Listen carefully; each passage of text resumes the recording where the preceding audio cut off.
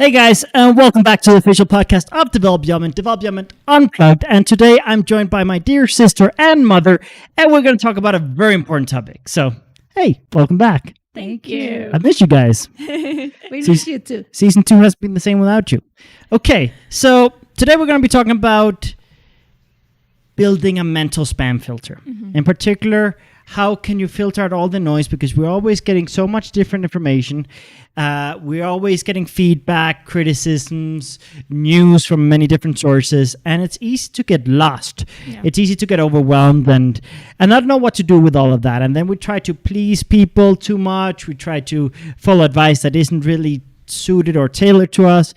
And it can get messy. Yeah. And especially now during the quarantine, where honestly people have nothing better to do than to be digesting this sort of stuff all the time. Yeah.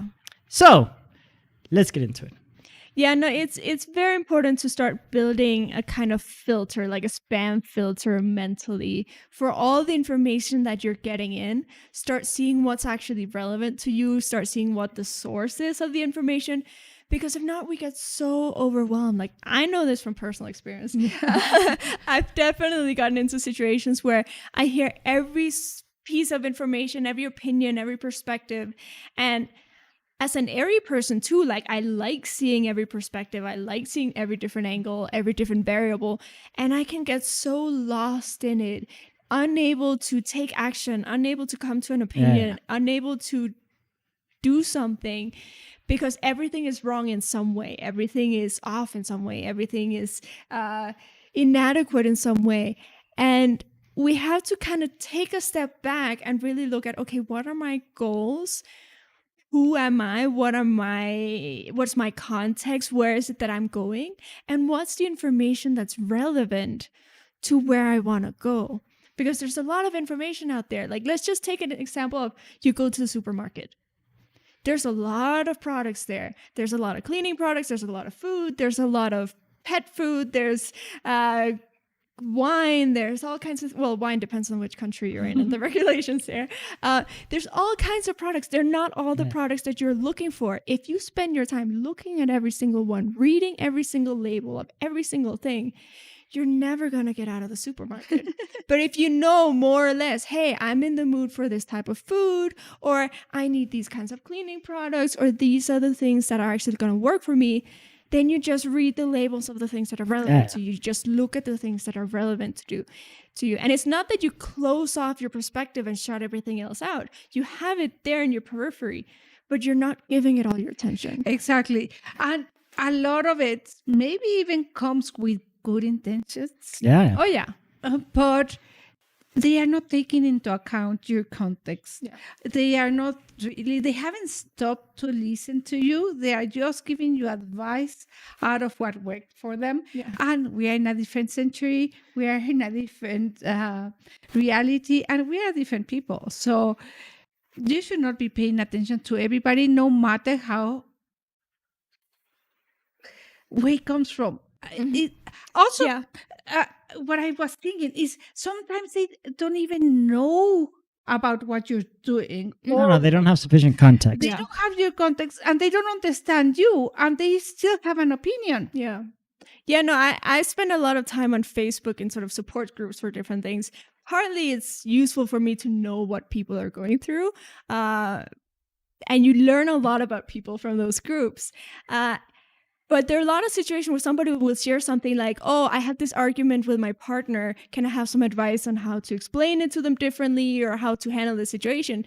And so many comments are break up, just throw out the whole person. Like, you don't need that in your life. And sometimes, like, these people don't have the full context. We don't know if this is a one-time little argument that was had very casually, that was no big deal, or whether it's a big chronic issue in the relationship. And they don't stop to ask those questions like, hey, has this happened before? Is this an issue you struggle with a lot? Or is this just one thing that has happened one time, you know?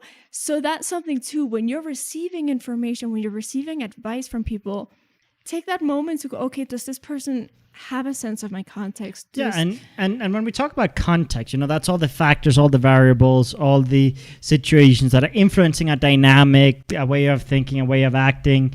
And we have to understand that it's a two-way street. One, it's about communicating your context. The other is about having the curiosity to understand the other person's context. Because when we have differences, we can either let that be a source of conflict and separation or a source of growth and collaboration. And when we have the curiosity and the generosity to take the time to understand each other's contexts, then we can build a bridge easily. But if we start trying to build a bridge without knowing where's the other person, like what's the other person thinking, what's the other person trying to do, then you're trying to build a bridge, but you're not connecting them because you're like building them totally different. Just like you haven't straight measured out of right. the water. Exactly. So you have to connect those dots, and that's something that requires some active, like it's an active and a proactive process, a continuous process. And when we talk about building the spam filter, we have to understand you can learn from anyone. Yeah. You can value everyone's time and feedback. You can value everything, but that doesn't mean you need to apply everything. Yeah. So when you choose what to apply, you can choose, well, I don't want to live like that person, so maybe I'm not going to learn that thing from that person. That person has good advice, but maybe it's not tailored to my current situation. So it might be relevant in 6 months. It might not be relevant right now. I don't have to dismiss that person entirely. I just know maybe in 6 months I will consult with that person when that information is relevant. Maybe I have a relative that has their own personal context, their own traumas from the past, and they don't want me to repeat the same mistakes. Then I know, okay, when he gives me advice and he's talking about things that I don't do, he's talking about himself and wanting to share what worked for him. And I can value that, but I don't need to get lost trying to fit in with what, like, we're in different pages. A lot of people, when they give advice, they will project their own stuff. They'll project their own insecurities, their own experiences, their own mistakes, their own regrets. And they, from a place of caring about you, they may end up accusing you of things that you're not doing just because they don't want you to do what they did wrong. And you have to kind of have a bit of empathy for that, but also know that, okay, this isn't exactly relevant to me. But you can take the advice. You can say, thank you very much. I really appreciate your time. I really appreciate you caring about me. You know, you don't have to yell at them and go, no, I don't do that. I'm not like you. You don't have to do that. It doesn't have to be that complicated. So using gratitude is always good. It allows them to feel that you have received it. And it makes you feel better immediately. You don't take it personal. You understand where they are coming from. And that sort of levels things. So I think saying thank you, being grateful, okay, this person, whether mean or not, whether good or not, is taking some time to give me advice, to give me his opinion or her opinion. And sometimes when we are grateful, when we receive it, they will stop insisting. Because often when they keep on and on and on, it's because they feel they want to be heard. Exactly. Exactly. Some people, that's really the point. They want to be heard. A lot of us don't feel heard. A lot of us don't feel understood because we're just going through our busy lives and other people dealing with their problems and other people dealing with their insecurities, so they're not paying attention to our stuff. So sometimes we insist a bit too much. It can happen to the best of us. You know, we may insist a bit too much because we want someone to just say, hey, I hear you. Thank you for your time. Thank you for your attention. Thank you for sharing with me. Thank you for caring about me. Or, wow, I didn't know that you had gone through that. I wish I could have been there for you. Things like that. So there's also that where a lot of the advice you're going to get is not about you. It's really about the other person. Yeah, it's something that you have to understand everything that's behind that feedback, that criticism, that judgment, that suggestion. Because if we just take it at face value, we're going to get offended a lot. We're going to get hurt a lot. We're going to cut ourselves into pieces. We're going to feel like a failure. We are going to lose ourselves trying too many different things that don't really fit us. And when you just understand, okay, this person is trying to protect you. Okay, maybe the way he's doing is not the best, but I get it. I won't take it personally. I won't get lost because of it. Or this person is afraid of me failing and afraid of how that I will react to that. But I'm okay with the failure, you know? Failure is part of the path to success. And if I'm not failing, I'm not innovating. So, you know what? I can take that failure. So I'll just communicate to that person, listen, I'm not afraid of failing. I'm not afraid of that. That's not like, thank you for protecting me. Thank you for guiding me. But you know what? I can do this. Those are conversations that I had to have with you guys when you were protecting us a lot when I was a kid. I'm shocked. You both came from this very earthly, caring place of not wanting me to ever get hurt. And I felt suffocated, and it was not your intention at all, but I felt suffocated because you guys would try and give me advice about everything, and this is how the world works, and you say this, and you don't say this, and you do this, and you don't do this. And I was like, I'm never going to be independent if I don't mess up a few times. You know? So I remember. I have to have those Please allow me to make my own mistakes. And I was like, what is she saying? Yeah. And I think sometimes as parents or as friends, we want to prevent our friends from growing up and learning. We want nearly like the birds that they nearly digest the food before giving it to their baby. We want to digest our life and prevent others. Just a good sense. So you never ever have to make the same mistake. Yeah. And it's never the same mistake. No. And that's the only way you learn. Yeah. So, some people make more mistakes than others, but being a friend or a parent or somebody that stands by the other person, no matter what, I think is a better thing than over-giving advice. Yeah.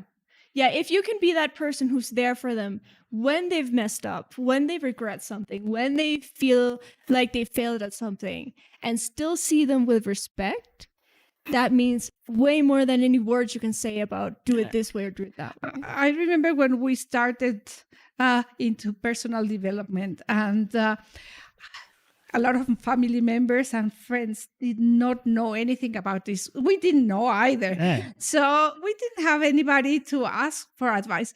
But every time we failed, we would get a lot of advice, criticism, a lot of fear around us. Stop, don't do that, get a safe job, do what you know. And when we put some distance, safe distance from some of those people, and we were able to make our own mistakes, and there was nobody to tell us anything afterwards. It was so good. I remember we felt so good that nobody was giving us advice, nobody was challenging us, nobody was saying I told you so. And we made less mistakes, actually, once we didn't have all these voices, all these. The more afraid you are of messing up, this applies to a lot of the things that we have as insecurities around. Fear of failure, fear of rejection, fear of messing up. The more that fear we have, the more we're actually going to mess up, because we act with that nervousness, we act with insecurity, we don't project confidence. We don't take the decisions we would take if we were confident, right? Exactly. So when we say to ourselves, you know what, it's okay to fail, it's okay to mess up, you mess up less because you act with a certain determination and security in what you've done. And then even the mess ups, you kind of own them with a bit more pride. At least that's my experience. Like, I've had failures where I come out pretty satisfied because I'm like, oh, look, yeah, I messed up, so to speak, but look, I learned all these things. I got all of this valuable experience out of it. So I'm actually proud of a lot of the things that other people might say are mistakes that I've made in my life. I'm actually thinking maybe we have made even the same mistakes, but they are not as heavy and fatal when we don't have all the critics. It's like we don't even notice them because we keep on going. While if other people are pointing it out continuously, it feels worse. No, one thing that and some of the mistakes might be just stupid mistakes like everybody makes.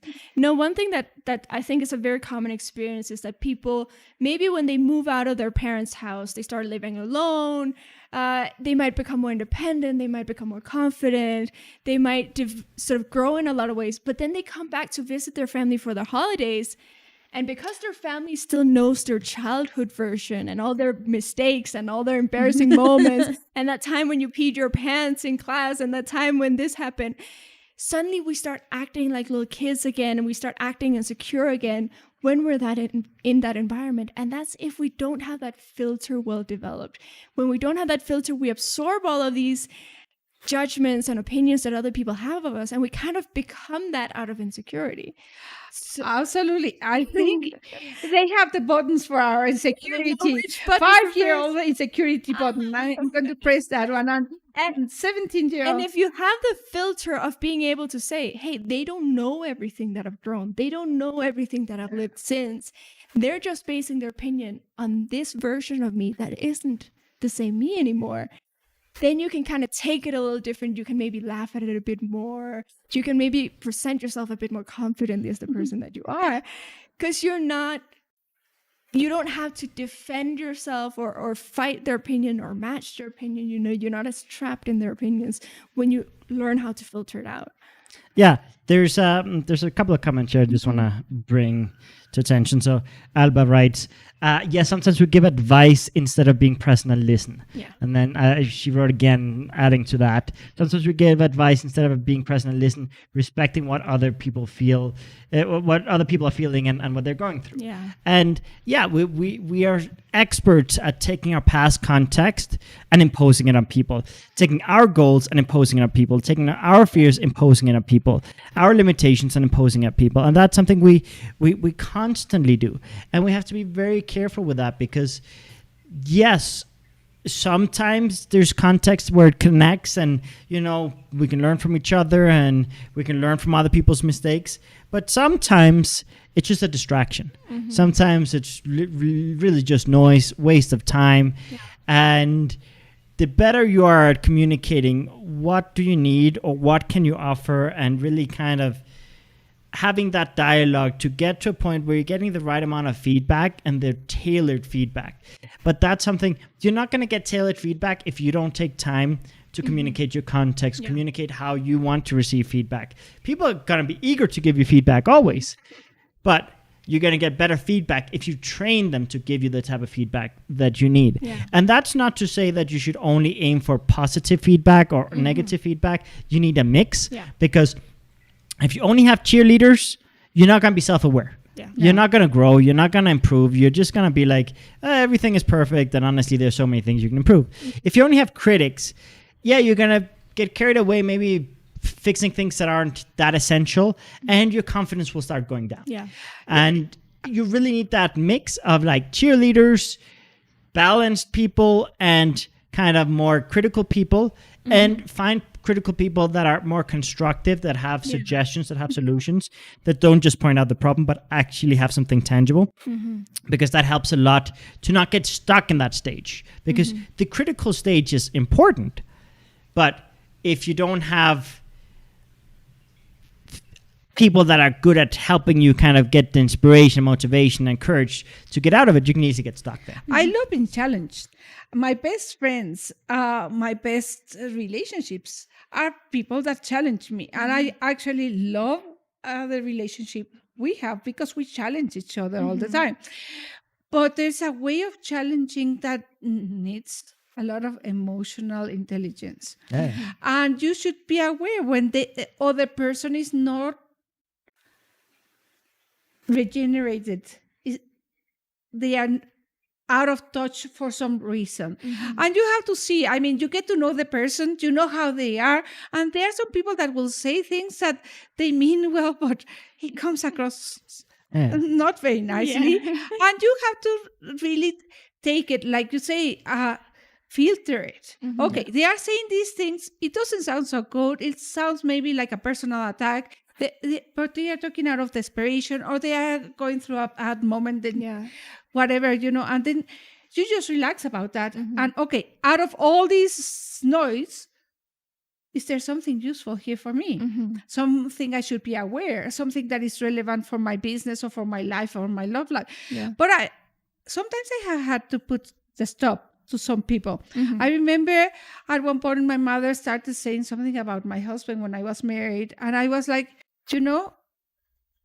that's between him and me. I don't want to hear about that. I will tell you when I need help. Yeah. And she got it immediately, and she never again crossed that line. Yeah. But you have to have that kind of talk sometimes with some people and sort of put a stop or say, this is the line. You don't cross that line because of this and this and that. Yeah. Yeah. And exactly. I mean, there are going to be situations in our lives where maybe we don't want advice. We don't want other people's opinions. And it's okay to say that to people. It's okay to say, look, this is my business. This is something personal for me. It's not something that I want to talk about externally. Cool. You know, being able to set those boundaries of these are the kinds of things that I'm going to handle by myself makes it easier also for the other person. Sometimes people don't know that you don't need or want advice. You know, sometimes people really think you want it and need it, so they're giving it and they're giving it and they're giving it and they're giving it and they're trying to help you, and they see that it's not working, and then they get more desperate and they feel like they're failing, and they try to find another way to give you advice and another way to help you. And when you're able to say, you know, I'm not looking for advice in this area, I'm not looking for help in this area, this is something I want to deal with on my own. For some people, it's going to be a relief. For some people, it's going to be confusing. But for some people, it's going to be a relief of, oh, I didn't actually know that you wanted to handle that by yourself. No, so for some people, that'll be very hard because, so like, for example, me, I'm the type of person who I like to be in control. Yeah. I like to help people. I like to solve problems fast. And I like to be efficient. So sometimes being like, you're going to fix this yourself? Okay. Yeah. Okay. Let's see how that goes. Like sometimes I do get a little bit like, I mean, you're crazy. Let's just work as a team and get this through. But yeah, some people have more kind of introverted processes. I need the time to collect your thoughts. And I think fire people also sometimes like to make their own mistakes. Yeah, but they'll debate. Like a fire person will debate and just kind of force their way, but will not say, I want to do it alone. No, they'll be like, no, my way is better. Whereas introverts have been like, I need some time to collect my thoughts and process this by myself, and then I will get back on track. Like that's a very different process. For me, that was a very hard thing to learn, that some people need that. And I've learned to give that space, but it's hard. I get stressed. Extroverts will have a harder time understanding this because life is not as private for them. Like life is a bit more exposed and public and open for them. Also, aquatic people, they might feel sort of shut out. They might feel like you're not including them. So when you do tell them that you need space, do find a way of saying it where you're assuring them that, hey, like, I really appreciate that you're there. I feel your presence. I feel your love. I think giving them an instruction, something else you can do for me. Okay, I need to go through this, but maybe you can cook for me, or maybe you can help me in this other way, or we can watch movies together. We can do this thing together. So giving them an alternative for them to feel that they care about you and they can show their support, I think is very important. I think there's a lot of value in including people, but just knowing how to include them. And sometimes you include them with something that's separate from advice. Maybe it's just support in a different way. Like, you know what? I could use a distraction right now instead of talking about this. Things like that go a long way. That's sometimes. People say it again, please. I think I have somebody. No, a lot of times when friends sort of come to me feeling bad about something, I'll ask them, like, do you want advice? Do you just want to talk about it, or do you want a distraction? Because sometimes, we want a distraction. We're so in all of our problems and our stress that we just want to think about something else for a minute. We don't want to talk about it. We don't want to explain it. We don't want to hear advice about it. So, okay, you want a distraction? Cool. I'll send you some memes, or I'll make some jokes. Or I'll tell you a story about my life that has nothing to do. Are we getting messages? I can see. I'm just seeing messages. There is, I'll mention a comment here while you check that one out. Alba says, sometimes we look for advice because we don't trust that we can handle it all by ourselves. And Alba loves some of the advice you just gave me. So, yes, one thing we have to look at is exactly how sometimes we don't trust our own instincts enough, and we need affirmation from other people. We need approval from other people. And that can be positive and that can be negative. It depends how we do it. I think there's a lot of value for a lot of people to be more inclusive and be more collaborative and building teams, building support networks, goes a long way to improve that resilience or improve that perseverance and really being able to get through more tough times. But if you need to ask permission for every step you take, then you're going to move very slowly. Yeah. And as a leader, I've had such a big challenge myself with areas of insecurity of justifying my actions, explaining myself too much, asking too much for help in some areas. And in others, I just done stuff without even thinking and just an autopilot. Yeah. And maybe I should have been more inclusive. So you don't want to go to either extreme. Be inclusive, but also know when to trust your gut. Yeah. I just want to explain that we are all on our phones and the computer because the team is out. There was a death in the family of one of the members of the team, and they go to some ceremony. So if you see us extra busy this time, it's because we have to control the cameras from. Yeah, I mean, we've been static on one camera, most of it, basically. There might be someone that will be able to help control cameras here shortly. But for the time being, we're on one camera. And also we're on Facebook now, which means we have many different watch parties. And that means many different chats, more than fit onto one display. So we're checking chats when we're looking at our phones. Again, we don't need to explain ourselves. we got this. We got this. We got this. We are so good at it. No, but it's actually very interesting also when we are also there for somebody. Having that awareness of when to say something, when to not say it, will go a long way. And we have mentioned that before last year that my father passed away.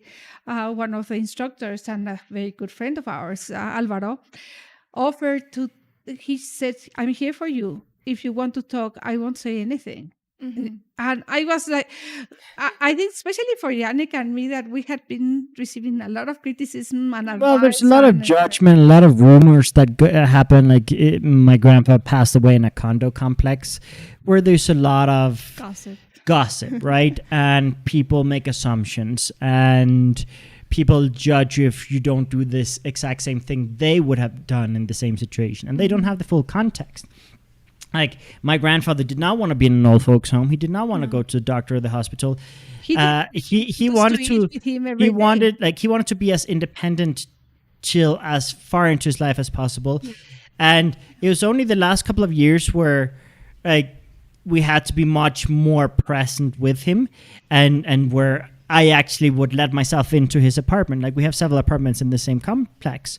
But for the longest time, even up until like basically 89, like it was only like when he was 89, 90 that I would go in and let myself in with his permission, of course.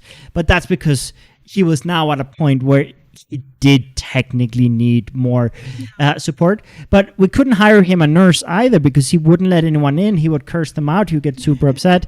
You know how old people can sometimes get a little stubborn. Well, any age, but people like to feel independent. People like to feel in control, right? And for him, it was a big blow to his ego to have to accept certain help. And the way to help him, we had to trick him with friends coming to help, right? Yeah. So a lot of people would be like, oh my goodness, he should be in an old folks home. Oh my goodness, he should be in a hospital. Oh my goodness, he should have a full-time nurse. And that didn't work. Like I would go shopping for him. Sometimes I would take him. Sometimes I would just make the food show up magically. Sometimes I would cook for him. Sometimes I would let him prepare stuff for himself. But it was like we were there till the very last. Like we were there up until the very end. Like the last few years, we were there more than anyone else in the family. And like we took him swimming even a week before he passed away, and that was his dream. But for a lot of people that didn't have the context, it's like, how are you letting him be so independent at this age? He should have way more. They thought we were abandoning him. Yeah, they thought, and we were there. Like we were there. Like, and I would take him swimming every morning. I remember at one point, I don't know if I spent 1 or 2 months there. And everybody thought he was in Mexico City. And when they saw us, they were, you're back. And I was like, we were back from work. He would never leave Acapulco, you know? Yeah, that was a period where he wasn't doing too well. And he was in the apartment. And we were in the apartment the whole time. But because we didn't go to the pool, we didn't go socialize, they thought we weren't there. But we were in the apartment there taking care of him every single day, because there were periods where he would be not too well, and then we would get him back on his feet. Yeah. But we were there with him. But because we didn't go socialize and make appearances, people would assume all kinds of, like, people assume the worst. Yeah. So when you're in that kind of situation where all these people around you are giving you opinions and they're talking about you behind your back, and they're making assumptions about what you're doing, someone showing up and saying, hey, I'm here to listen and not give any advice or any opinions, it's like, oh, you know?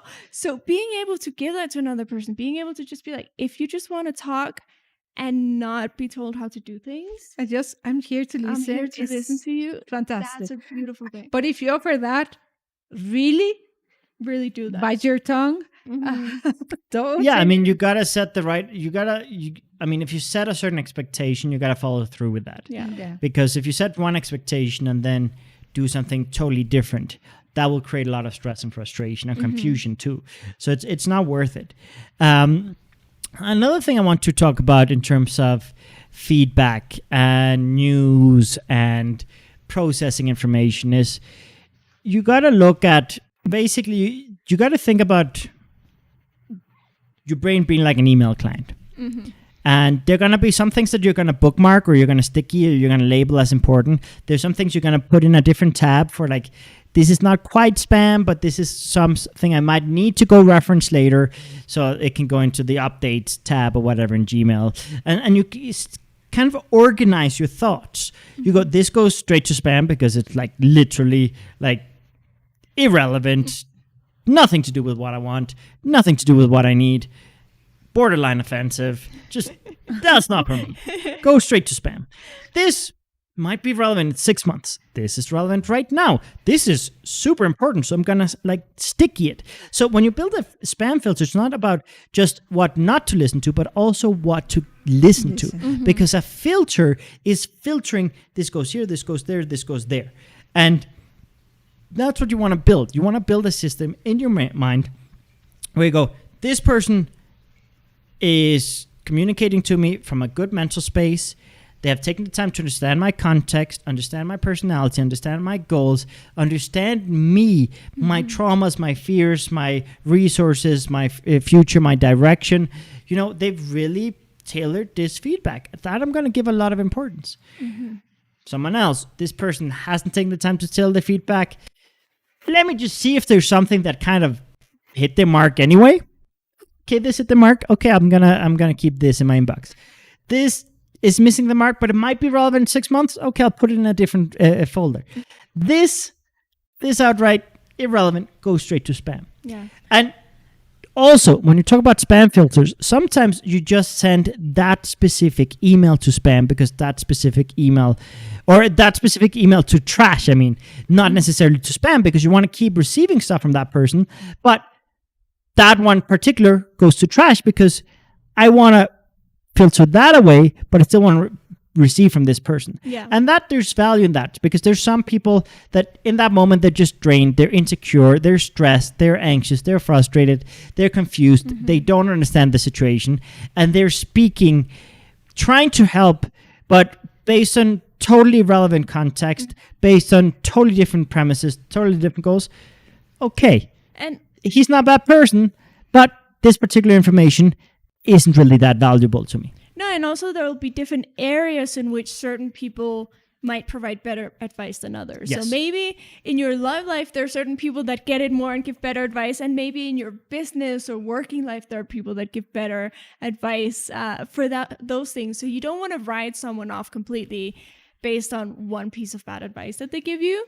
But you do want to sort of start noticing if there's certain trends, certain patterns. Oh, okay, this person tends to have a better idea of what I'm going for in this area of my life. They have a better sense of what I need to hear in this area of my life. And then sort of prioritize those things over the comments they might make about what you wear. Maybe their comments about what you wear are completely irrelevant, but the comments they make about business advice are super good, you know? So you do want to take that kind of nuanced approach to the way that you see other people. Yeah, and some people might surprise you. They are always giving bad advice, and they have 1 second of millisecond of brilliance and take it. I mean, take it. Don't dismiss everything. Yeah. Be willing to learn from anyone. Because I received some advice that they didn't even remember saying it. And it was like, that advice you gave me, I don't remember when I said it. And it has happened to me too, that I've said something to somebody and they say, that time you told me, and I'm like, oh, that sounds brilliant. I should apply it to myself, you know. So don't dismiss everything, but just be willing to be more critical about it. And I do want to add, sometimes we make the example of, okay, looking at the situation the other person is in and comparing that to what we want to see whether we take somebody's advice. But occasionally there are people that give really good advice about things they don't actually take action on themselves. Yeah. So you don't want to completely dismiss someone for the situation. There's a comment here from Abba that says, sometimes we have to put people to spam because they don't vibrate with your energy anymore. And yes, there are times where you got to put some distance. There's times where you have to cut ties. There are times where you just need a break from that person. And the important thing is to not do it in a reactive way. Don't react emotionally to something and be like, yo, okay, I'm pushing you away. Take time to like identify, why is it that this person isn't vibing with me anymore? Why is it this person is clashing with me? Why is it that this person is dragging me down? Is this person going through something temporary that I can help them through? Is this person lacking context and they're just on a different page and maybe we can get on the same page? Does this person contribute to me more positive stuff than negative stuff? Maybe I'll be patient with some of the negative stuff because it's just, you know what? The positive stuff is worth it. For each person, it's different, their level of tolerance. And I think they're grateful people. You have certain moments where you really have to nearly put everybody. Yeah, they're going to be periods, like we all have different levels of tolerance in different moments. And with different people, we have different levels of tolerance. My recommendation is have more tolerance for people that are grateful for you, that are supportive of you, that have been there for you in difficult times, and that have a proven track record of really being there for you, even if they misstep or offend you or hurt you or do the wrong thing. If in general they've been a very positive contribution, then maybe they've earned a little bit more patience. But that doesn't mean, like, if you're in a bad place, for example, in the Spanish podcast, my girlfriend Des, who sometimes is also here on the English one, she was talking about how she has dealt with eating disorders most of her life. And she's recently gained some weight because she started eating properly. And most people, like good friends, have commented things like, oh, you look so healthy, you look so happy, and really nice stuff. But there's this friend that at a certain point in the past was a very good friend for her. But then she started outgrowing this friend, started achieving things and being happier than this friend. And then this friend started tearing her down and started saying, you need to get to the gym, like you should be embarrassed of yourself, and you're so boring, and the fact that you don't drink, and the fact that you don't party, and the fact that you're not in university right now. And she's doing wonderful in her career, and she's grown a lot in her career. But this guy, because he was insecure with his life, started tearing her down. And she tried many things. She spent a lot of time trying to help him with his career, with his English, and with different things, with prep stuff. And in every call, he would tear her down. And then she would end up really sad. And she would, obviously, someone with that context and that history doesn't go straight to, I'm going to exercise. They go straight to, I'm going to stop eating, right? Because that's the personal context. That friend knows that history because was a friend while she was at her worst, where she was in hospital beds and stuff. So that friend should know that that's a button you don't touch. Yeah. But sometimes when we're insecure, when we're in a bad place, we make the mistake of putting down people, right? And we've all made that mistake. Like that, no one is exempt of that. When we've been insecure, we've all had a moment where we put someone down because we've either been competitive with them, or we've been jealous, or we've felt bad, or we've just not had the mental clarity or patience to see things in a positive light. And that's okay. But what she talked about is, like, she took these steps, she tried to help, she compared to other people giving feedback in a more positive way, and then there came a point where it's like, okay, this is not healthy for me right now. Right now I need some distance. Maybe 6 months down the road he might return to being that friend he was before, but right now he's not. And right now, with everything that's going on with the pandemic, I that's not what I need right now. So and she even went in and she did some filtering of her friends and cleaned up and news sources and followed certain positive motivational news sources and also cleaned up her social media a bit to have more positive influence. Cleaning up your social media is one of the best things that you can do, because we follow a lot of things and then kind of forget about it, or follow a lot of friends and then kind of forget about it. And then we get a lot of negativity coming into us all the time. And we don't want to shut out all the news. We don't want to shut out everything that's going on in the world. We do want to kind of have an idea what's going on. But you don't need 500 posts on your feed about everything that's wrong with the world. No, I did a lot of cleaning at one point because I noticed that I was getting depressed and having weird thoughts because of all the things of the pandemic, and especially all these what are they, Conspiracy theories. I was really getting like, I didn't want to talk about it. I didn't want to hear about it. People are addicted to that, and I thought, okay, if they like it, they are free to watch it, but I don't have to watch that. But I did a better job in my Instagram than I did in Facebook. And actually last night, I couldn't sleep, and I was watching videos and things, and I started looking through my Facebook, and suddenly I started feeling bad and having weird thoughts and worried about the future, and I don't know what, and I was like, oops, what have I just been reading? And I just went back, and I was just browsing and moving fast, but it was enough. There were enough things going on that really, really, really were depressing and very negative. And I was like, oh my God, it's time to do another cleaning, you know? And I went to Instagram. I started looking at my Instagram, and that was like, oh, yes, this is the world I live in. This is the one I want to live in. And it doesn't mean that I don't know what's going on. I do follow BBC News. I follow a lot of news, actually, because I like to be informed.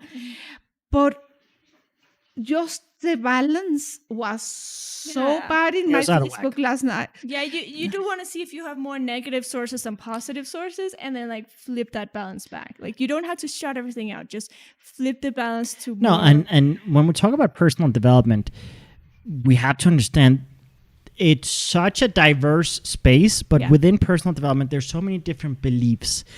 And many times there are people that have kind of more extreme beliefs about certain things. That can be kind of scary. That can be kind of risky. That can be problematic.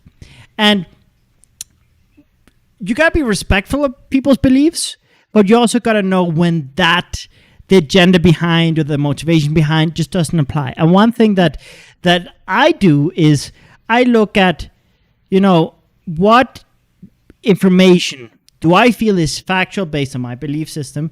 What information do I feel is generous and considerate and inclusive, and that's not putting other people at risk? Because one of my guiding points, being earthly, is I'm inclusive. So ethically, I need to make sure that the information I take in is information that is inclusive and respectful. So right now, with a lot of the conspiracy theories about coronavirus, there's a lot of people that are like anti-masks, anti-vaccines, and things like that. And for me, the challenge with that from my belief system is you're putting immune deficient people at risk. You're putting older people at risk. You're putting other people at risk because of your belief system. So I wish you would educate yourself a little further, because when you're just risking yourself, and when it's a belief system and it's a fun conspiracy theory, great, enjoy it all you want. But when you're putting other people at risk, that generates a lot of stress for me. So like for me, what I've been doing that has been providing me with a lot of peace, and sorry, Facebook friends that might be seeing this, I have been reporting every conspiracy theory thing that I feel is dangerous to other people, that puts other people at risk, because that's my ethical guideline. If it's questionable news that won't hurt anyone, have fun. It's like one person who thought that the Captain America movie or one of the Marvel movies had predicted coronavirus, because in the background there were two billboards, one for the Corona beer and one that looked like a virus, turned out to be spaghetti. But if you're like, oh, this movie predicted it, and it just ends at that, it's like, okay, cool, whatever. But yeah, like do have sort of a sense of security in your beliefs, in your values, what it means to you that certain things affect you a certain way and affect other people a certain way, and filter based on that. For me, what bothers me is a lot of people are using this in personal development to scare people into depending On them. Yeah. And I think that's unethical. And a lot of people, I can see in your future that this is going to happen. Or no, now you need me because I'll be your money guru. Or I'm going to be... the world is going to crash and you're going to need... And that's what happened last night. A few of those people were really like pretending to encourage people, but planting the seeds of bad things. And I was like, oh my God. And that's what made me angry last night. So I even there, you have to learn to discern who really wants to empower you and who is pretending to empower you, but creating a dependency. Yeah. And it can happen in friendships too, you know, a little bit like the case with Des's friends. Like some friends they'll act like they're nice and they care a lot, and maybe they do, but they have this level of insecurity and this level of dependency on you, emotional dependency on you, where they'll want you to depend on them back. They'll need to put you down in little or in big ways so that you keep coming back to them. How many friends, when you start dating, they start talking bad about your new partner to create separation? You have another there? Yeah, people who don't actually understand English, and they're watching anyway, and they're commenting in Spanish. No entiendo, I don't understand. And they're joining anyway. Yes, because we do this podcast in both Spanish and English, so they're familiar with seeing it. Hey, it's on. But we just finished the Spanish one a couple of hours ago. The English one comes first. Yeah, we've kind of reversed the order today. We're probably going to move the English podcast to this time slot because a lot of people haven't been able to join us in the mornings. And I'm seeing right now that I mean, we have some decent interaction and a decent group of people in, and we've literally not advertised it because we have postponed this podcast 3 times now because of internet problems that we've had. So this is very exciting, very encouraging. So thank you all for being here. Steve is back. We have someone behind the scenes being able to control the cameras now. So now there's actually switching up cameras every now and then. And yeah, there's also a message from Jessica. I haven't done it. So, and there's a message, like a wavy hand from Jessica, and to all the comments that Paz. Paz and Yvette, hello, and yes. Hola. So yeah, cool.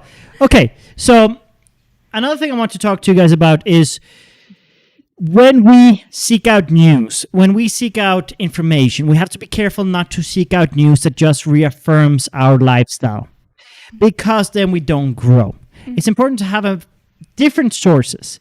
And when we build a mental filter, just because something goes against what we believe in doesn't mean we should outright discard it, because sometimes we can learn something, sometimes we can grow, because our culture, our society, our parents, our religion, our corporate culture, our friends, they have imposed certain limiting beliefs. And they might not be in line with what we truly believe, but we've just made them so important and so relevant that we seek out the news that confirms our belief system. And as humans, we do that a lot. We really seek out information that just reaffirms our current reality and our current actions. And that's... What's that? Cognitive dissonance. Yeah, that word has a lot of different use cases, but yes, we do seek out things that confirm that we're on the right path. And many times we're not on the right path. We feel insecure, we feel sluggish, we feel drained, we feel frustrated, but we seek people that tell us that we're doing a great job, or that we are right to believe the things we believe. And like, if you grew up in a household and your parents watch Fox News, you probably watch Fox News. If your parents watch CNN, you probably watch CNN. Like, confirmation bias. See, that makes more sense, because I was like, cognitive dissonance, I was like, that has many use cases. That's not a use case that I could remember. Confirmation bias. Thank you. That makes sense. Yes. You're trying to justify your fears. You're trying to justify your points of view. Yeah. And you find other people that will keep justifying what you already... And it gets your personal. Like, if your parents taught you to believe certain things or to live a certain way, feeling like that might not have been the right thing can be a bit scary because you care about your parents, you love your parents, there's a certain level of affection. Even the worst parents in the world, sometimes we love them and we have this emotional attachment to them where we want to believe there was something good in that relationship, and we want to believe that I believe there's something good in our relationship. I'm still looking for it, but I believe it's there. Struggling, Ma, but yeah, I'm trying to find something good also. Two of you, or the three of you, because Steve is here. He's also my son. Yeah. So it so it can be my challenging non-biological, most loved non-biological son. Yeah. Yes, he is the favorite. He's the favorite. So it can be difficult sometimes to challenge not just our beliefs, but the beliefs that were in our families, the beliefs that our parents or grandparents, other people close to us had. But we have to really look at the big picture of, okay, what kind of life do we want to have? How healthy do we want to feel emotionally, mentally? Jessica writes, I was seeing you so stressed that I didn't want to stress you more. I am glad you have help on cameras now. We had to get creative. I have this thing, like a wireless trackpad, and have I have a small 4K TV over there, and from the distance it's kind of hard to aim at the buttons, and the signal is kind of weak, so I was trying to control it all from here. It didn't quite work very well, so I was like, duh. So I'm glad to have help. So thank you, Steve, for being here. That's actually a fun comment. Sorry for interrupting. I just thought that was funny. No, the point is that we do want to look at. I feel like this camera should be switched back. Just saying. He's not doing a good job. I tell you. Nah, he's been sacked or fired. But I don't know why.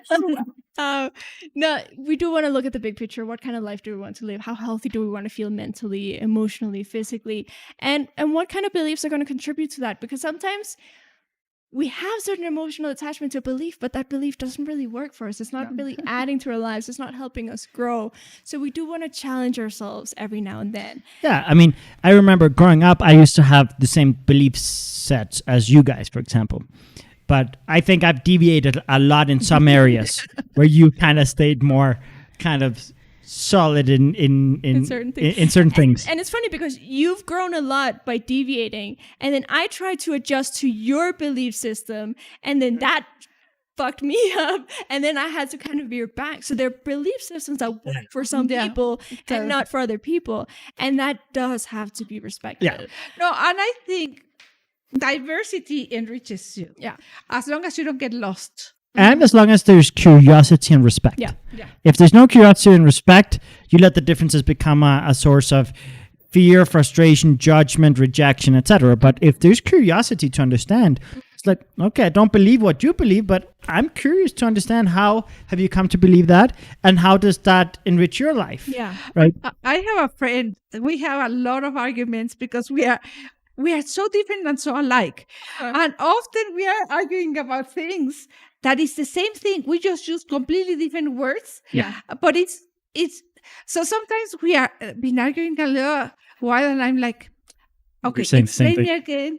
Oh, we are thinking about the same. A lot of times that happens. Like if you have that curiosity of being able to ask people, oh, what does that mean to you? How does that work for you? Because maybe I've heard these words used by these people in this way, so I've already rejected them. But what do they mean to you? And then you might find out that they actually agree with you on a lot of things. Actually, with my ex, I would have a lot of arguments like that where we would use certain words differently. And then he would stop talking to me for a few days. And then he'd write to me I'm really worried about this, and I feel like it's going to be a problem in our relationship. I'm like, okay, explain to me. And he'd explain his perspective, and I would explain mine. And it would be like, we kind of agree on everything. Why was this a problem? When we don't have that curiosity, when we're not open to asking, hey, what does this mean to you? We take things at sort of face value and can reject a lot of things. In the last episode, I think, or the second last, I forget because we skipped a week because of technical difficulties. Basically, we talked about how to communicate with different elements. And it's something that, depending on your personality, your context, you're going to use different words to describe the same things. So when we're building a mental spam filter, we got to be careful not to put things into spam that don't go to spam just because they're using different metaphors, different words, different examples, because many times we are more on the same page than what we realize. And that has happened a lot here on the team, where different people are just speaking from their perspective and they kind of want the same thing, but it takes a while to bridge that gap and be like, oh, okay, yeah, we actually want the same thing. We're just talking about it from different angles or with different metaphors, or focusing on different areas within the same like solution. Like we're just kind of coming up with different priority, like different orders in which we want to tackle things, but we want to tackle the same thing, and we agree on the steps that need to be taken. You just want to start on what for me might be step 3, and for me that, like, we might have a different order in which we want to tackle it. But as soon as we realize, oh, okay, we're actually talking about the same thing, we agree on the steps, we might have slightly different ideas on some of the nuances, but honestly, the important stuff is that we're on the same page. Yeah, And sometimes it's important to agree that we disagree on that point. yeah. Okay. There are certain things that you. I mean, I don't think the 3 of us or the 4 of us agree on the same things all the time. No. Quite often we disagree and we have different perspectives. And the beautiful thing, and something I really, I'm so grateful, is that you two can see, or you 3 can see things from a different angle and tackle things completely different. So I think we are an amazing team, because we often can help each other precisely because we are so different. Yeah, and I want to add something to this conversation where we're talking about differences of opinion, different perspectives. Another aspect of this beyond personality is context, like cultural context too. Yeah. Right now that we're spending so much time on the internet, we're talking to people who grew up in completely different cultures. And just because we were speaking the same language, we think that they will think the way we do and use the words the same way we do. But there are words that in one language mean one thing and another language mean another thing. And it's the same word, it's the same letters, it's more or less the same pronunciation, but they mean very different things in different languages and in different places in the world. So you do kind of have to have that perspective of not assuming that everybody on the internet is from the same place as you and has the same No, but cultures. even Mexicans, or even among Canadians, even from the same town, sometimes they use the word different, or they have a different context behind it that acquires a completely different understanding. And that surprises me sometimes. Yeah. But I remember as a child, my brother and I would go to the same birthday party. We would come home. We were together several hours in the same party. We would tell my mom what happened in the party, and we could not agree on the same things. No. Each of us had a completely different experience in the same place, coming from the same family, 2 years apart. Yeah.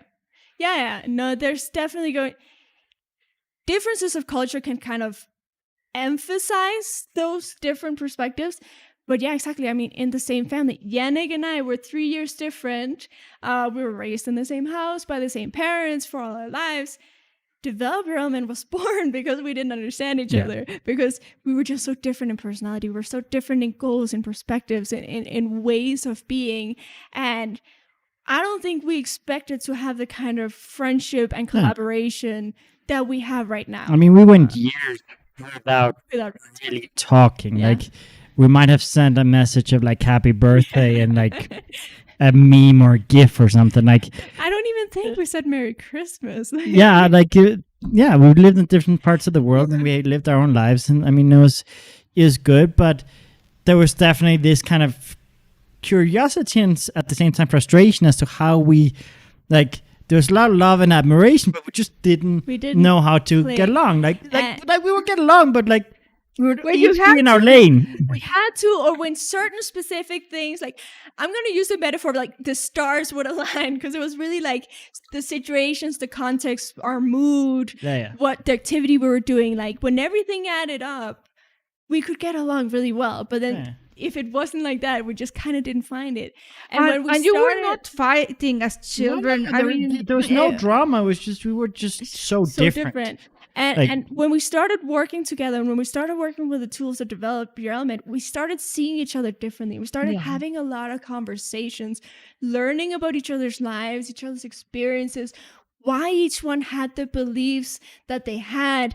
And suddenly a lot of things made sense. A lot of things that we didn't understand about each other and that we maybe judged or rejected about each other, they started actually making sense because, oh, you've lived these experiences that are so different from my life. It's a natural progression from those experiences to come to the conclusions that you've come to. It's not that I don't know, that you hate me or that you're against. It's you've lived different experiences. Now, why are we talking about this? When we're talking about mental spam filters, we sometimes have to assess whether we want to burn a bridge, put some distance, draw some lines, be extra tolerant and patient with someone or not, whether we want to amplify what we receive information or feedback from that person or not, whether we want to disregard the information that we receive from those people or not. And one of the things we have to be careful with is jumping the gun, like drawing conclusions or taking things at face value, being reactive, letting emotions take over, and like skipping the step of analyzing, where is this coming from? Why are there differences? Why are we not on the same page? Are we on the same page more so than we realize? Is this person just going through something temporary and right now is not going to be the greatest contribution, but overall has been a great contribution? Like, what's the story here? What's going on here? Yeah. Because a lot of people go either to the extreme of cutting ties super fast and getting super offended. And right now we live in an era where there are some hypersensitivities, and we go straight to getting offended. And if we take time to understand why they say the things they say, maybe we didn't really need to get offended. Maybe there was that cultural difference. Maybe there was a difference in terms of just the neighborhood they grew up or the household they grew up in, the traumas they had, the experiences they had. Maybe there's a fear there that can be healed, you know? I've seen that countless times where people give off the impression of one thing, but really there's a very clear answer as to why that is.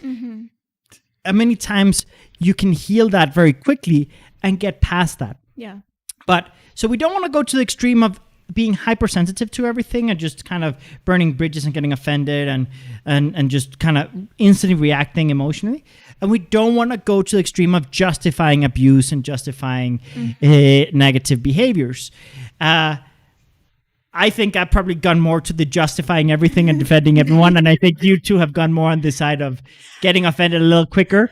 And I think we all have been working on getting more to a neutral point, like a middle point, where we observe, analyze, and take things on a case-by-case basis and not letting past context or like things like letting our belief systems get to a point where we devalue people right away without having the curiosity to understand. Yeah, one of the things that have really been helpful for me in finding a balance, because I've kind of flip-flopped between the two. I think so. Like I've gone to the extreme of justifying things and that's true. Accepting a lot of things, and then I've gone to the extreme of cutting a lot of people off. And one thing that I look at is this a chronic issue that the other person has? Yeah. Because I know for me, I don't have, like, I give a lot of what I have to my work. I give a lot of what I have to my family, to my friends. So you don't give enough? I need more. I need you on the podcast more. Manatee saying, I'm so happy to see you girls. Thank you. Thank you. So it's good for you to be here. Just saying. If you want to see them more often on the podcast, put in the comments, please. We want to see them more often. Okay, go ahead. So when I see, okay, this is a chronic issue that the other person has, even if it could be resolved, do I have the mental, emotional energy to invest in this situation, to invest in this person? Maybe not. There are certain people that have gotten to a point where it is a lot of investment and they have to take initiative. They have to take certain steps. They have to accept certain help to get better. And if they're not going to do that, if they're not going to collaborate in that process, I'm not going to get lost in that. And Whereas there are people that are going to say the wrong things because they're impulsive and they just speak before they've thought something through. But overall, they're great people who love and care about other people, who love and care about society. And then if I see that in a person, it's like, okay, I'll be a little bit more patient. Okay, that was really, really off, but I'm going to stay quiet for the moment and kind of let it play out, see what this person's getting at, see what this person really means, is really trying to say. And I look at their actions and I say... and I've seen that countless of times, like really good people saying the wrong thing, doing the wrong thing. We all do. We've all messed up. And one thing we have to understand is right now we live, sadly, in a outright cancel culture. And I've seen a lot of artists, stop everything they're doing right now. With the Black Lives Movement, for example, there are a lot of YouTubers right now that are closing their YouTube channels because they did something 10 years ago. Like they maybe wore blackface or they made an inappropriate joke, but they've grown and evolved in the last 10 years. Like, I wouldn't want to be judged based on things that I did 10 years ago, right?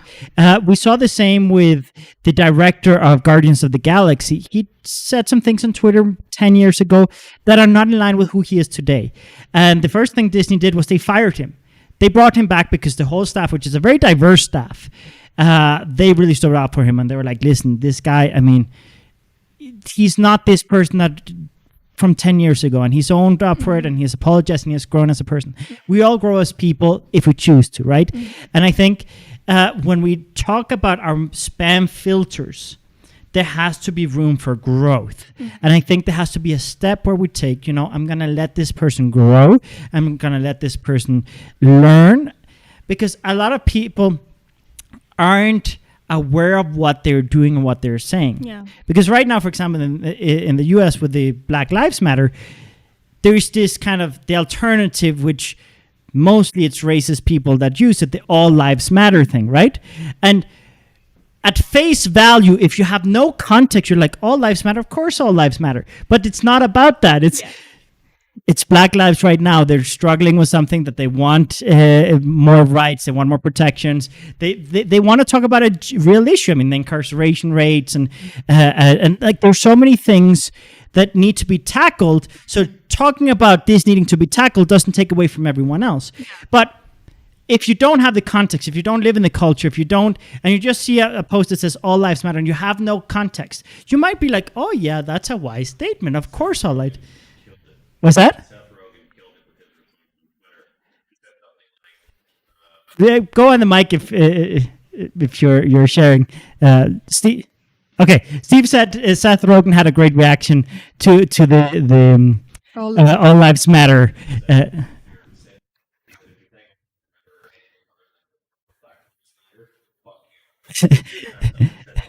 Yeah, he was literally like, "Fuck you! If you say all lives matter and anything other than Black Lives Matter, fuck you."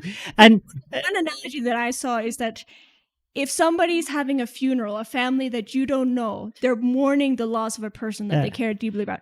Do you show up to that funeral and say, I have lost someone too? Yeah. You don't do that. It's not sensitive. It's not the moment. It's not. I saw a really good one a couple of days ago of a couple having sex and the guy saying something like, do you like this dick? Do you like this dick? And then the woman saying, I like all dicks. Like, you don't say that. Like, those are the things, like, sometimes some people or groups of people need attention to tackle a certain thing. And yes, there are other issues that need to be tackled too, but you don't go like yelling exactly, oh, there are these other issues. Like, you don't go to a wedding or a funeral or something and be like, oh, there's this other wedding or this other funeral. Or like, you go there to kind of celebrate or to give that moment and support that moment, right? And right now we're going through a moment in history all over the world, not just in the US, but I mean, US is kind of where it really took shape, where there is this movement. But obviously we live in a global society where right now people are learning that you can help a group, you can help a movement while still having other movements that you care about. Like, for example, right now we have Pride, but a lot of people that celebrate Pride are out on the streets supporting the Black Lives Movement. And they're not complaining. It's Pride Month. It's Pride Month. It's our month. It's our month. They're not doing that. They're like, okay, we know what it is to be suppressed. We know what it is to be. Movement was started by Black and Latino folks. So there's also that sense of respect and honor that you can have for other people, saying, okay, this isn't necessarily my movement personally. This doesn't directly affect me every day, but other people, other groups of people contribute to my life.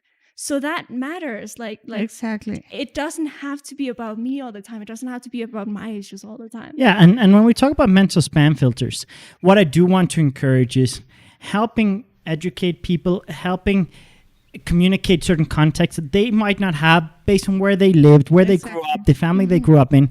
And everyone can grow. I've seen so many people evolve and change their opinions, change the way they handle things. And we've all had moments where we said the wrong thing, done the wrong thing.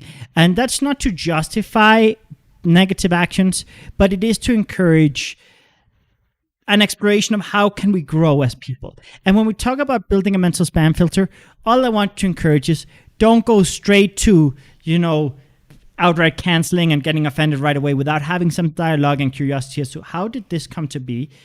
And don't go straight to just justifying everything and be like, oh, this person is like that because of this, and this. And don't go try the extreme.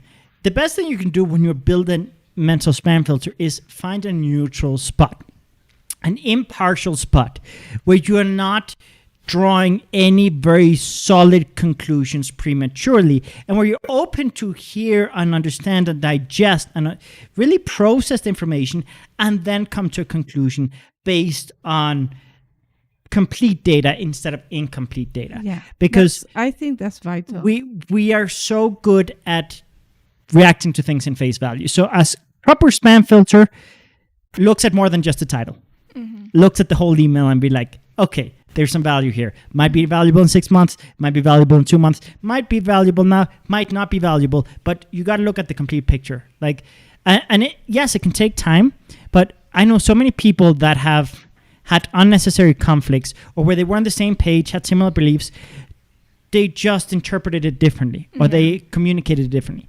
So build a spam filter where you assess what will contribute to my life, what is in line with my beliefs. I will be open to expand my beliefs, be educated. I will be open to learn. I will have a mix of both cheerleaders, critics, and just kind of middle point, kind of neutral parties, so that I don't just get one side of the story. Again, neutral, impartial. Don't go to extremes when you build filters. And don't take it personal. And exactly, try to separate emotions. I know it can be hard, but don't go straight to emotional reactions, because there's really a lot to be gained by just having the patience and curiosity to understand. And there's so many great stories and so many great examples of people with totally different belief systems coming together and building strong bonds and strong friendships, learning from each other. And it's a challenge because people are getting judged for who they're associated with, right? But I think there's so much value in dialogue that we got to be careful to not just blame people, or you're associated with this person, I'm going to cancel you right away. For example, it's been a little controversial, but the Ellen DeGeneres being friends with George Bush, right? You have two people, very, very different belief systems, both funny in their own way, yes. And they don't agree on a lot of different things. They both have highlights, and they both had really bad moments. They both messed up in many areas, and they both done good in other areas. I don't agree politically whatsoever with George Bush, but it's the type of guy that I wouldn't mind as my neighbor, because he's kind of a lot of this stuff politically. I do think honestly that it was Dick Cheney that kind of was the bully, but I know that also Bush did a lot of things that just to follow in his father's footsteps that were not the best. But anyway, it's not about politics. The point is, they've gone to football games or basketball games, I don't know what sport, together, and they've been seen together, right? And I've just been like, I respect someone, and Ellen DeGeneres got a lot of hate about that. A lot of hate about that. And I'm not saying Ellen is a perfect person. I know there's like good stuff and bad stuff that she's done and said. But honestly, she's done a lot of good. Yeah. And one thing that I do respect and admire is the fact that she has created dialogue and she has created that empathy. And I believe in also holding people accountable for case by case basis, not as a complete, like this is the person as a whole. Because I can disagree with Ellen on some things, but as a complete person, I can appreciate a lot of the things she's done. The same with Bush. I would not want him as my president. I would not want him as a politician in office. I would not want him as a policymaker. But I don't hate him as a person. Right? And I think there's value in just being like, I can disagree with you, but I can still have some type of connection with you. Yeah, and something that will happen, obviously it can get very personal when somebody's politics or beliefs go against sort of the essence of who you are. That's one of the most tricky spots. And yes, if it's an issue of your personal safety, obviously put the boundaries that you need to put. But there are people that have certain beliefs just because they're not educated, that they're not exposed. Yeah. And you being able to open the door, again, knowing your boundaries, knowing what works for you, you don't have to throw yourself in the pit. But with certain people, there might be certain people that once they get to know you at a certain level, they'll start seeing things differently because they get that exposure, they get that education, they get to humanize something that before that, until for them was only presented as a caricature or like this word that was said at home in negative context. And then they meet you and they're like, oh, wait, you're a real human being and you're a valuable human being. So these beliefs that I had before don't actually add up. And it has happened to us. We are the foreigners everywhere we go. Even we come to Mexico and we are foreigners. We go to Denmark, we are foreigners because we are from everywhere and nowhere.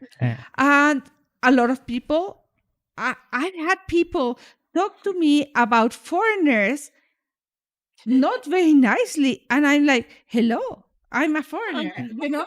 And it's so funny.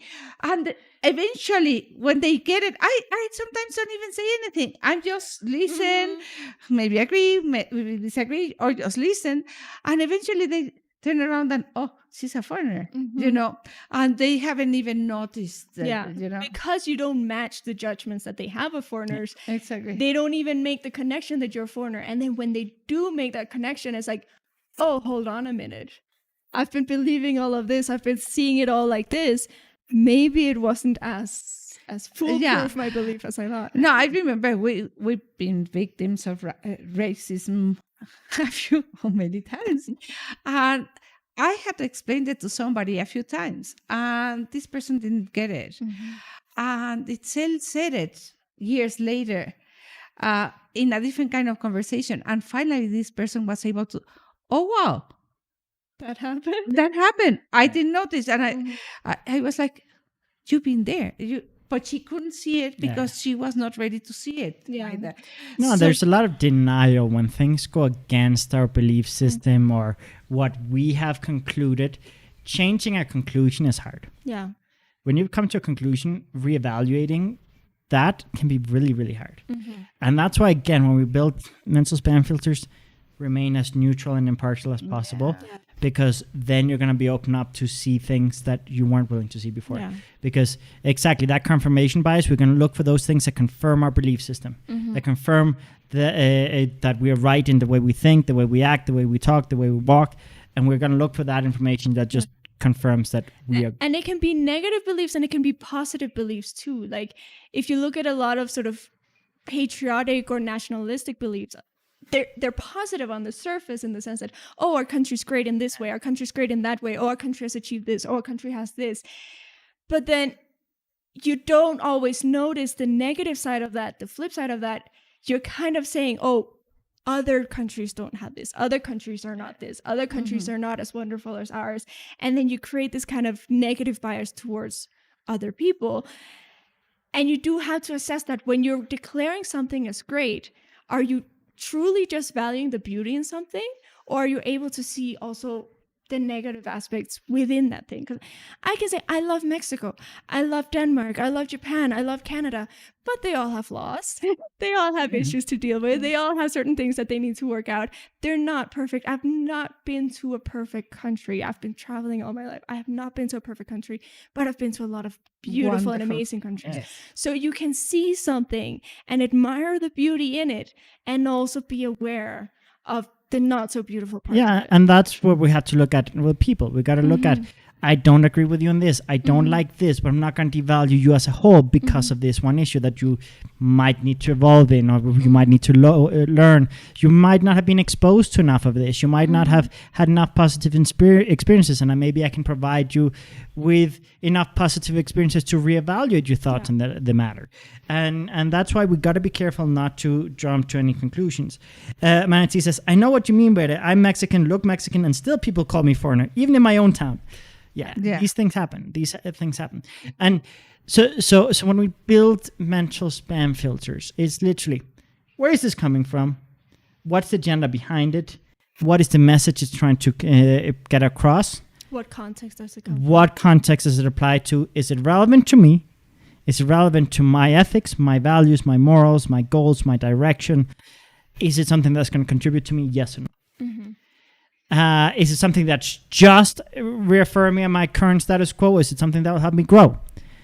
Is it something that might be relevant for someone else, but it's not relevant for me? And then it's like, okay, this is good stuff. I'm not going to devalue the person or the source. I'm just not going to give it too much importance. This other thing, you know what? This thing for me doesn't work at all. It goes to spam or it goes to trash. This thing right here might be relevant in 6 months, might be relevant now.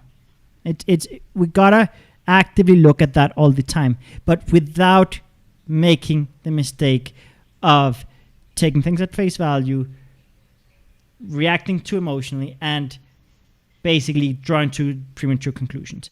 And I know I've said this like at regular intervals throughout this podcast, but we're giving you different examples of how this may show up. Yeah. Because a lot of people are like, I'm not racist. I'm not judgmental. I'm not discriminatory. I'm not this. I'm not arrogant. I'm not...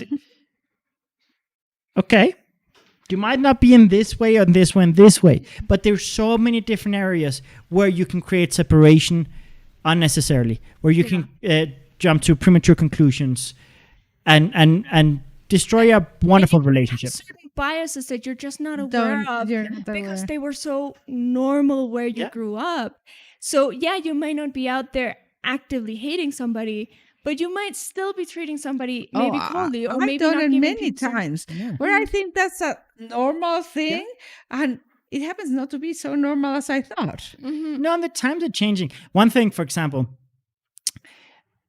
and one of the reasons why I don't like going back in time and holding people accountable too much for the past when you've seen evolution and growth is society and social justice and all these sort of things in the 80s, the 90s, the early 2000s, and now totally different stories, totally different battles, totally different like possibilities, right?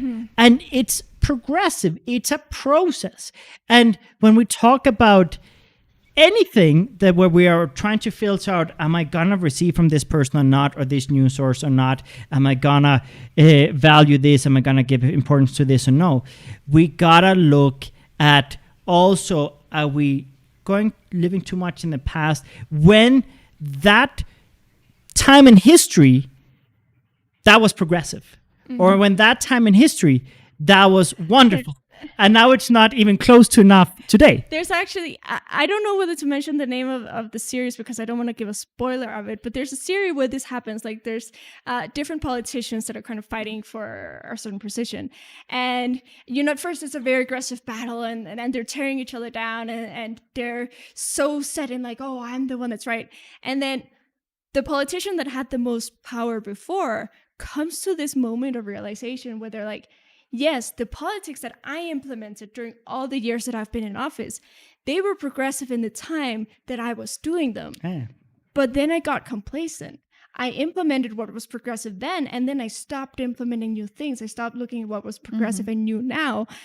And this other person has come and shown me they actually know what the current issues are. I mean, it's what has happened. If you look at Obama, he said on several occasions, if you were running for president today, the issues would be totally different. The way he would handle it is totally different. A lot you can thank Bernie Sanders and a lot of kind of more progressive people that have taken the Democratic Party in a more progressive direction. But like the times have changed. And so what was achieved in 2008, what was achieved in the mid 90s, like whenever there's been some advancements, we can draw on the fact that it's never enough, or we can draw on the fact that in that moment in history, that was what was possible, that was progressive, that was wow in the moment, and then it becomes normal, right? And when we build mental spam filters, we gotta make sure to understand where I'm evaluating this piece of information, this source, this individual,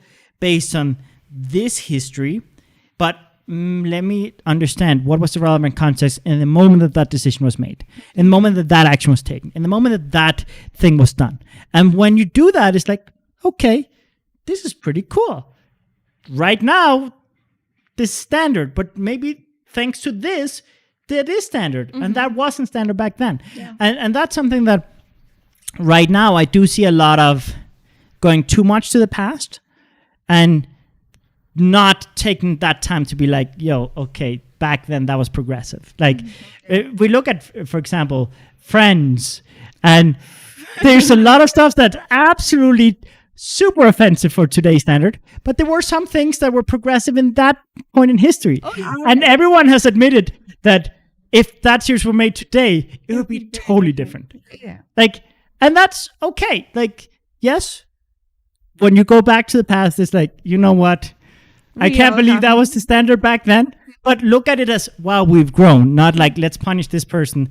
Because it takes time to achieve certain things. And that's okay. That's okay. And when you look at any source of information, any individual, and try to assess whether you put them into spam, into trash, put some distance, receive from them, multiply their voices, just look at their growth as well.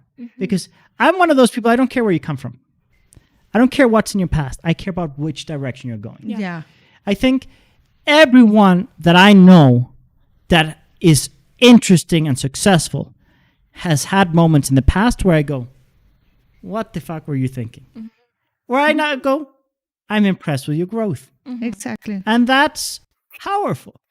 That's powerful.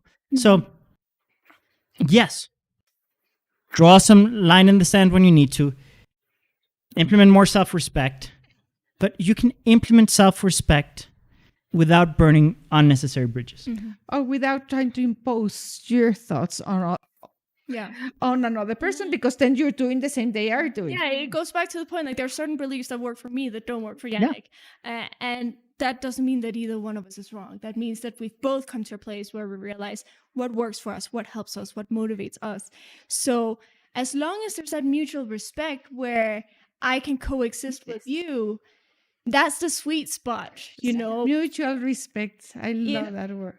And that's also what I evaluate in other people. Like if other people's attitude is, oh no, my way is the only way and I have to force it on everybody else, I get a little bit turned off by it. Even when I agree with certain things, I get a little bit turned off by it. But if people have their beliefs, but they're kind of, okay, this is my beliefs, and I can coexist with people who are different from me, I give them a lot more room to maybe make mistakes, maybe say things wrong, because I see that potential for them listening and growing and evolving as a person. No, and we all learn from each other when we have proper dialogue. And we can all grow as people, and we can learn even things that go totally against everything we believe.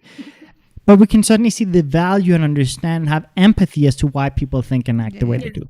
So just build a spam filter. Don't be afraid of also being selfish in the short term to be more generous in the long term. Because when you're building a spam filter, sometimes you gotta, draw lines in the sand, put some distance, cut some people out temporarily while you give yourself the oxygen you need. Like it's like on the airplanes where first put the oxygen mask on yourself and then the people you're taking care of. Sometimes there's so much noise, so much drama, so much conflict. Everyone is judging you. Everyone is criticizing you. Everyone is tearing you down. Everyone is trying to tear you down to their level. And they are like, oh, you abandoned us. You forgot about us, especially in personal development when you start growing. The first thing is to tear you down. And then afterwards, when you're super successful, they're like, I want money. I want support. I want this. I want this. They say is, I've missed you so much. I miss you so much. Oh, we're best friends. Exactly. So, like, there are stages in which people process change, right? But sometimes you just gotta be like, you know what? Right now, I'm gonna do this for me. People are gonna hate me. People are gonna judge me. But once I'm successful, people will slowly either stop judging me, or if they keep judging me, that just means that person is not, like, I've outgrown that person, and that's okay. Mm-hmm. But many times those people will turn around, because many times it's their fears and their insecurities and worries. And when you prove them wrong, it's like, you know what? I'm wrong. I admit I didn't think you had it in you. I didn't think that was possible. It may take them 20 years. And it can take a while.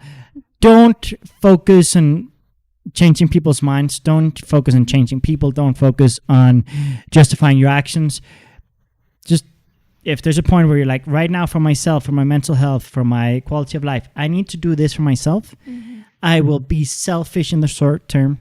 And then afterwards, I can be generous, inclusive, and I will have more patience, more perseverance.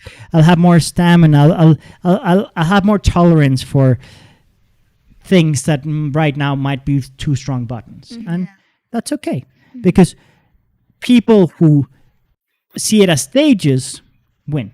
Mm-hmm. People who see it as a final destination lose. In terms of selfishness as a stepping stone, can be great. Yeah. You can collect the resources to then change lives and save lives. Great. That's like Bill Gates. Like, how many lives has he not saved? How many illnesses has he not eradicated around the world? He first focused on his kind of business and career and really did a wonderful job in that sector. And then together with his wife, they reevaluated a lot of things. And they're like, you know what? Time to give back. And now he's going to give 99% of his wealth back, and has this wonderful initiative with the Giving Pledge, and it's like, and spends most of his time traveling the world eradicating illnesses, and it's like, a lot of people judge him for being rich and successful and this and that and greedy and whatever and cutthroat when he started his business, but look at it now. Mm-hmm. And a lot of people don't want to believe it, and a lot of conspiracy theories are going on around him, which makes me very frustrated, because you have a very generous person here that people are devaluing. Mm-hmm. But sometimes being a bit selfish in the short term to then be generous later, it's wonderful. It's wonderful. But see it as a stepping stone. Exactly. Don't see it as a final destination, because sometimes in personal development, people make the mistake. It's like, I'm finally going to choose for me. It's going to be me, and I'm finally putting myself first, and they get stuck in that point, and then they destroy relationships, put people down, push people away, and they get intolerable. Yeah, I kind of use the guideline. If your self-worth is not actually growing your life, maybe it's not actually self-worth, because sometimes we get caught up in this, like, saying I'm going to defend myself, saying I love myself, saying I'm going to be myself no matter what, saying I'm going to choose for myself first. But we can end up doing it in a way that's aggressive and dismissive towards other people. Well, putting yourself first doesn't mean pushing everybody. Exactly. Any real successful person who's actually confident and happy has nothing to gain from putting people down. Exactly. Yeah. So you do want to look at, okay, is my sense of self-worth actually growing my life? Because if it is, then it's real self-worth. It's real self-worth where you see, I have this value, so I'm going to say no to certain things. I am going to put certain boundaries, but I'm also going to be welcoming. I also know and trust that I have the resources to be a generous person with other people. I also know that I can coexist with other people. I also know that my success doesn't depend on the failure of other people. That's a very different space to be in than just me. It has to be me against the world. No, it never play zero-sum games for you to win, other people have to lose. Mm-hmm. Create win-win situations. And that can only be done with patience, perseverance, confidence, curiosity, and mutual respect. Yes. And with that in mind, next week, we have a little ad that we're going to show you guys. But next week, we're going to talk about patience and perseverance, because we live in a moment in history where we want instant gratification, where we have these kind of silly, ridiculous biological clocks that are no longer relevant, that were relevant for our ancestors, and we rush and we force things because of our insecurities, instead of taking the time, understanding that some things take 5, 10 years, 20 years, and you have the time to do it. But because we live in a society where instant gratification is so readily available, we are less patient than ever, but we have more time than ever. So let's roll that clip, and then we'll return and basically wrap up. Hey there. So, I want to talk to you guys about something that has been on my mind as of late, and that is patience and perseverance. In particular, how we live in a moment in history where we have more time than ever, more resources than ever to explore our path, to make mistakes, to pivot, to make changes. And really, we can play the long game if we want, because we're living longer and longer. I mean, people are starting to live to 100, 105, 110 and things like that. We shouldn't be limited by our rush and biological clocks and our pressure to be at a certain point by a certain age that our ancestors used to. Because yes, a few generations ago, they were used to the expectation of reaching 40, 50, 60. But now it's more like 80, 90, 100 in many places.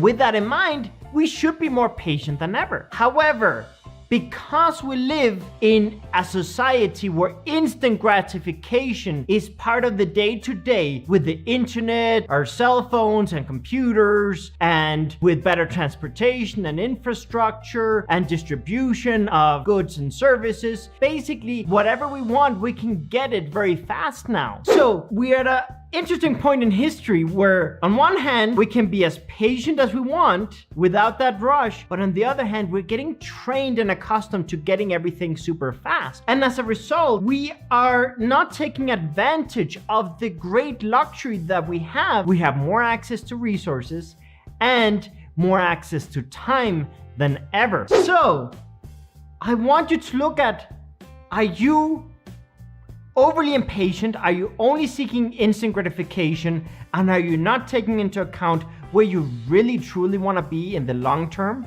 Are you just playing, a game of just trying to get those adrenaline and dopamine rushes right now, instead of actually playing the long game? There's so much value in having a strategy for a long game.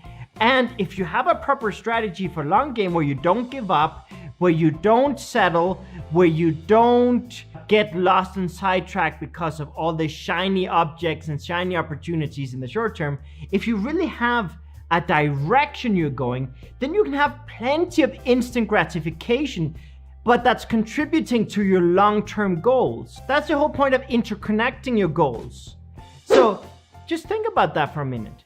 Is there a way that you can define certain long-term goals that you're so passionate about, that you're so excited about, that you're not going to give up, you're not going to stop before the finish line, you're not going to get distracted, you're going to stay on track, you're going to persevere through adversity and through challenges and surprises and rejection and failure, but you will also be able to enjoy the process and have a lot of excitement, fun, pleasure, gratification in the process. You'll be able to reward yourself for many wins that are contributing to this very big win you're going for.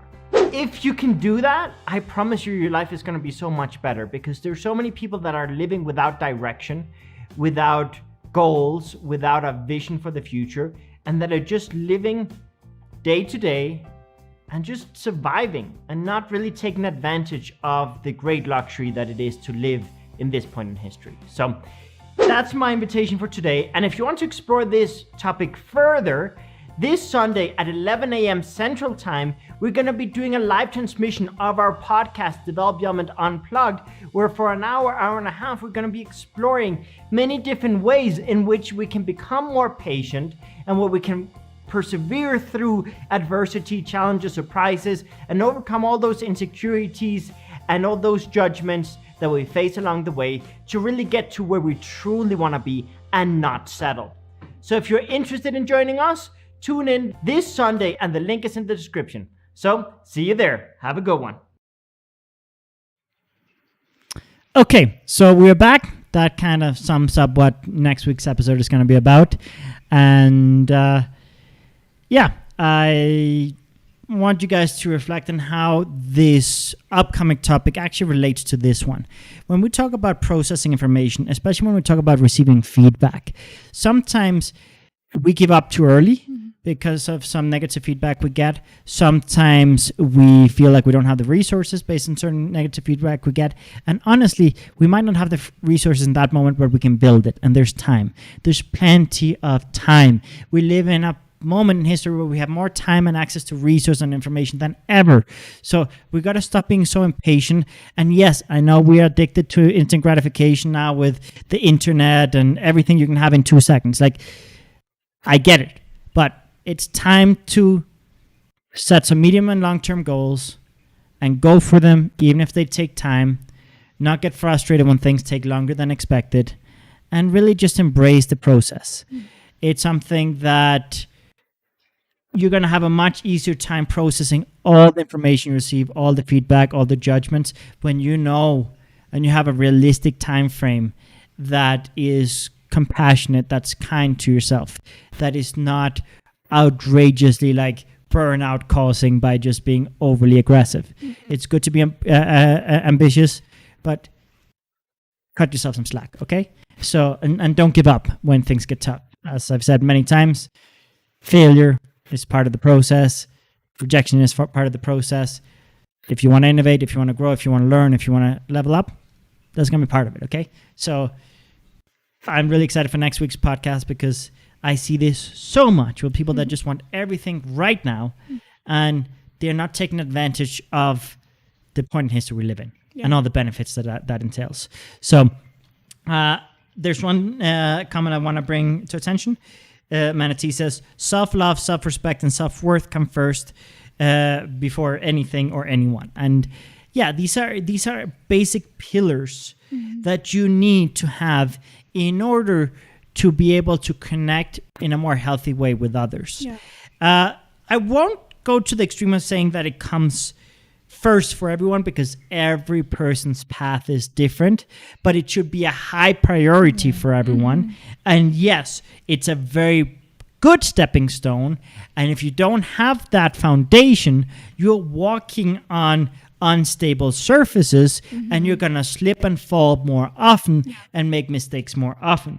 So yes, I agree in terms of they're super essential, but sometimes you can find self-love and self-respect by loving other people and then being able to see the value in someone else and being able to see, I have that too, you know? Yeah. So I don't want to, in developed development, we always say nothing is one size fits all. We all have different processes, different orders in which we do things.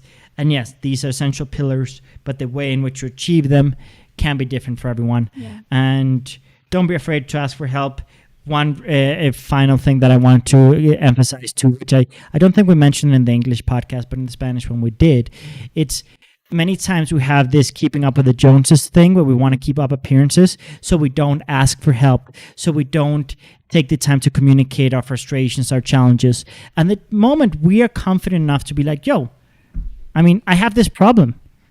I own it. This is how you can help. And give instructions on how you can help. That changes everything. Yeah. But if you try to keep up appearances and hide everything from the world, you're also hiding the problem from yourself, but it's just growing, and it's like an elephant in the room that's growing and growing and growing, and you're not tackling it, you're not dealing with it. And in Developed Development, we talk about how many times we have these energy leaks in our lives that we ignore and we escape from, and that's where escapism comes in, and we literally try to avoid these things instead of actually tackling them. So in your mental spam filter building process, please include a strategy where you're inclusive, where you ask for help, because building a mental spam filter is not just taking control of your mind, it's also filtering things before they go into your mind, and that you can do by cleaning up your social media, following inspirational things, asking for help, building a support network, doing things socially, doing things as a team. There's so many things you can do beyond just tackling it from the inside. You can tackle something socially. And for extroverts, that's especially powerful because they need that social interaction for something. And ambiverts too. Introverts, they're gonna want to do something socially, but with those key people that they truly trust. It's not about being like, oh, let's do this as a huge family or a huge team. No, it's not about that. But certainly there's value in that, that process of including people, because even introverts, they can get lost in their thoughts, and having someone to check them and challenge them on their negative thoughts can be very powerful, because we all can be our worst enemies and reinforce negative situations and negative beliefs.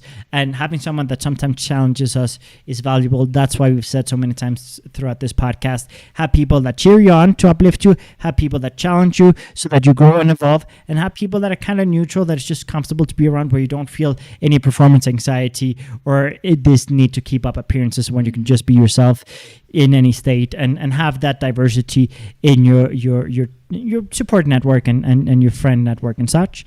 And finally, try to remain relatively impartial. Don't go try the extremes.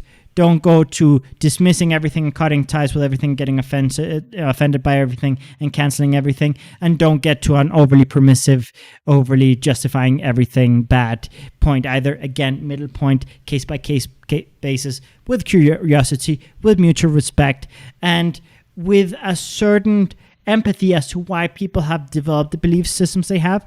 Because you can be a good people and have maybe not the healthiest belief systems, and that's okay. That doesn't make you a bad person. That just means there's opportunity to grow and evolve. As a society, every generation we're growing and evolving, but it takes time. And if there are people that you think have a lot of good but also have some questionable stuff, don't disregard them outright, because you will be surprised how they can grow, how they can evolve, and how they might contribute to your life. And right now, with a lot of hypersensitivities, I think it's important to do case-by-case basis and look at people's growth and people's direction, and not just their past. Because honestly, I've seen so much growth in people. Obviously, we work in an industry of personal growth, and who would I be to be here talking with you guys about personal growth if I didn't believe in it? Yeah. So it's very important not to dismiss anything right away, and take time to process things and analyze things with a deeper understanding of everyone's context and realities and such. So that kind of wraps up this episode. Anything you want to add before we say goodbye? No, I just loved it. Okay. So with that in mind, I say see you next week. Stay in tune with our socials, because we might choose to just bump this one up to 4 p.m. like this week. We actually quite enjoy this. I know the ad says 11. So we're going to be posting this scheduling the next podcast. You will be able to see, ring the bell on subscribe and ring the bell on YouTube, and follow us on Facebook, and click basically making it high priority. Develop your element. Develop your element, in both platforms, so you get notified. But yeah, we might do 4 p.m. Next week Central Time, and move it to that. I was going to wait a few weeks before doing it, but I've actually been quite encouraged by what I've seen by this little experiment. So we'll probably do that. So see you next week, probably at 4 p.m. Central Time. Have a good one.